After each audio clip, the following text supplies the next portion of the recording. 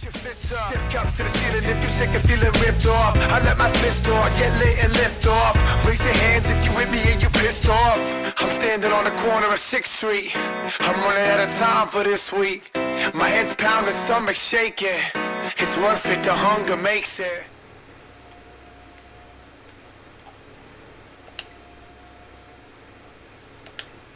The thing we found, eh? Good morning, beefy thirsty.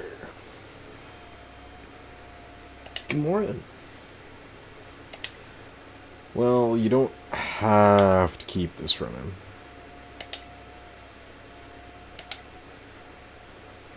Oh, I've got business with you, eh?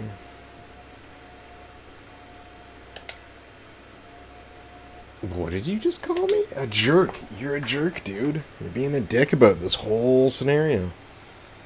That's what I tried to say.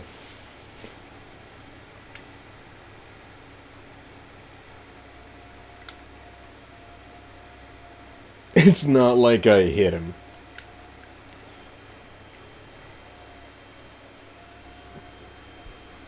Alright, we've got more important things to discuss, right? What thing do I have? Oh yeah, Teal mask.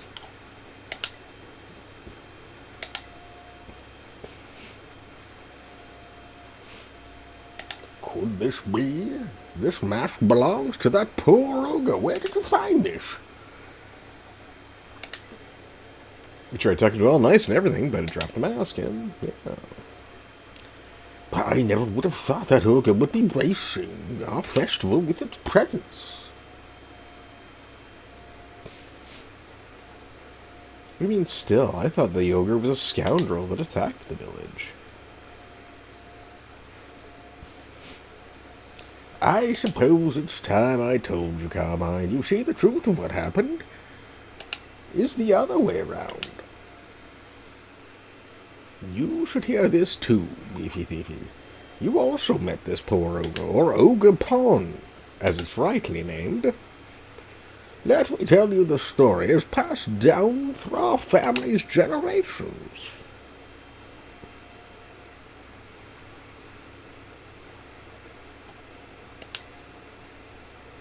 This is going to be a bit of a long story to tell, is that all right?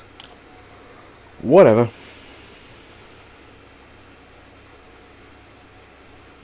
The story has been passed down in our family by word of mouth. I learned it from my father.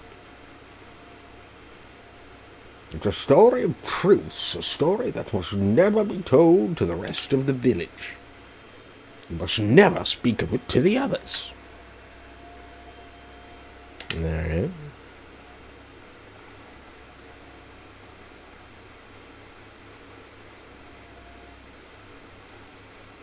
A long time ago, a man and an ogre came to Kitakami from a foreign land.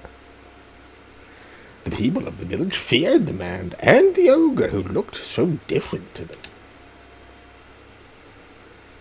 And so they refused to let the travelers come anywhere near the village. The man and the ogre were saddened that the villagers did not welcome them.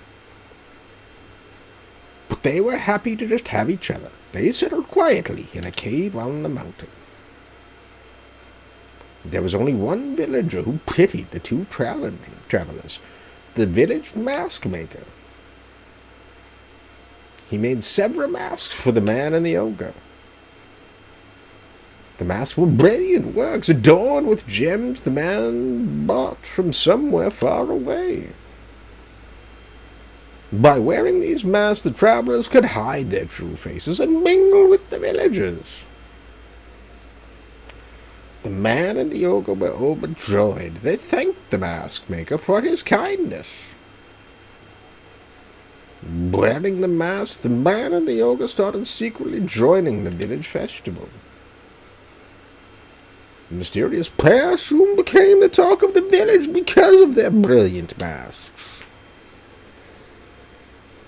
In fact, rumors about them quickly spread far and wide, even to distant lands. But rumors of exquisite shining masks attract more than just innocent curiosity. A group of greedy Pokemon soon made their way to the land of Kitakami. These Pokemon sneaked into the cave in which the man and the ogre lived, and tried to make off with the masks, which were carefully stored away. The man happened to be there. He managed to hold on to one of the masks, but he was not strong enough to protect them all. The Pokemon stole the other three. Several hours when the ogre returned to the cave, it found its beloved home in a ruin. All that was left was signs of a struggle and a teal mask.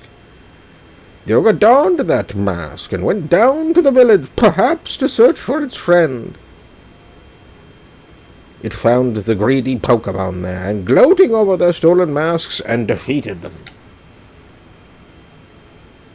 The villagers, of course, had no idea what was happening, nor why.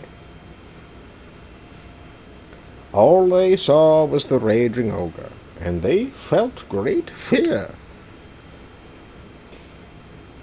The villagers thought the three Pokemon had fallen trying to protect the village from the ogre. To honor their sacrifice, the villagers named them the Royal Three, and interned them with care. Wounded and weak, the ogre returned to its cave alone and with great sadness.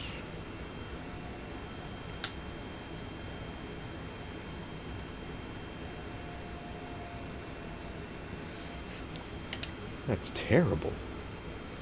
Ogerpon didn't deserve that in the Loyal Three. They're the worst. Calm yourself, Carmine. I already told you to keep it to yourself. The villagers believe their own version of history. They revere the Loyal Three, so how would they react to being told they've got it all wrong? They would get angry. Exactly. Back when this all first occurred, the mask maker, that is to say, our ancestor, tried desperately to tell the truth of the matter. But nobody would take him seriously. In fact, it said he was persecuted as a heretic.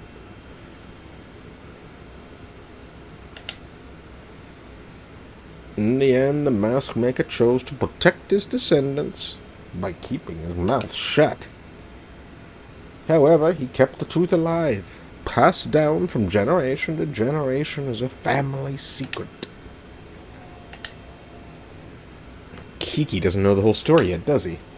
He shouldn't, no. I've certainly never spoken to him about it. Why do you ask?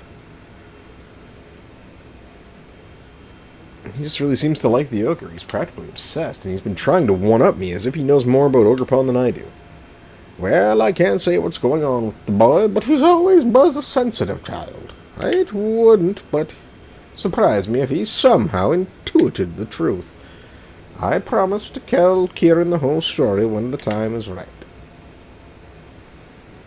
Until then, take care not to breathe a word of truth to anybody. Now, we really can't tell Kieran about that mask you showed me. I noticed the jewel on its forehead was chipped. I might be able to fix it. Would you mind leaving the mask with me for a little bit? I don't see any reason why not. That seems like what's going to progress the story.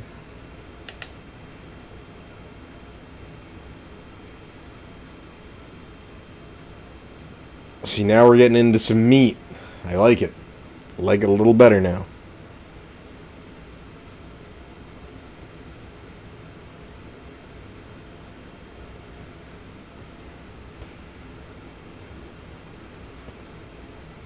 I want to see Ogerpon again, but getting its mask fist will have to come first. For now, we should carry on with orienteering before Kiki gets suspicious.